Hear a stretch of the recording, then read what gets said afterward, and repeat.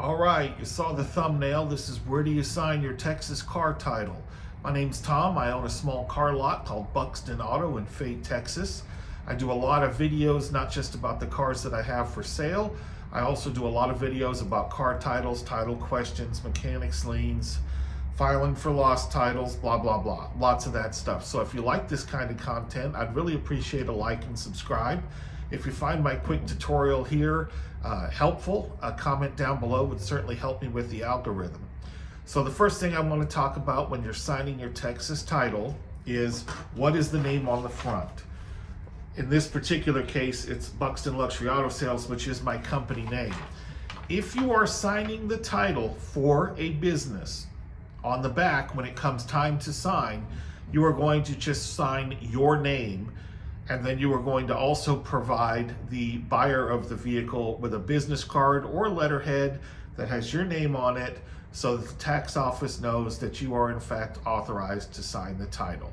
So that is how you handle it with your business. Now, if you are signing it as an individual and the car is in your name, you're going to want to look at exactly what the name is printed. For example, my name is Thomas Griffin. I go by Tom. So you need to check the title. If it says Tom on the front, you would have to sign Tom on the back. If it says Thomas on the front, you would sign Thomas on the back.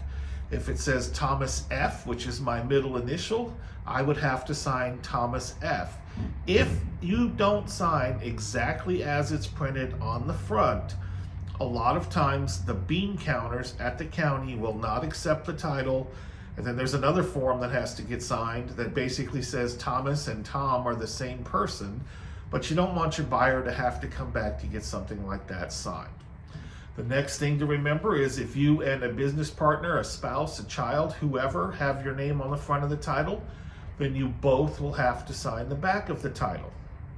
If the title says Bob and Sue, then only one of you has to sign. If the title says Bob and Smith, and below it Sue Smith, Bob and Sue Smith have to sign the title. It's not one or the other, unless the title is printed with the word "or" on it. Okay, so for the sake of argument, my Texas title, if it didn't say Buxton Auto, it said Robert Smith.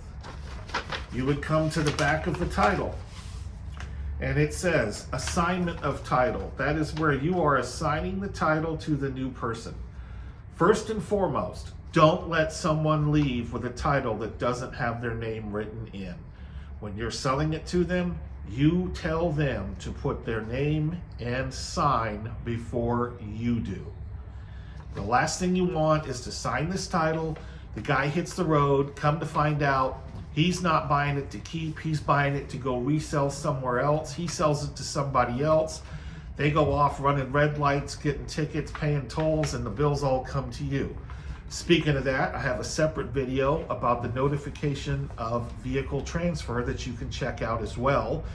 That's to protect you. You send that in when you sell a vehicle. You don't have to keep your plates. You just fill out the form, you send it in. It also starts the timer on the guy having his 30 days to go get the title put in his name.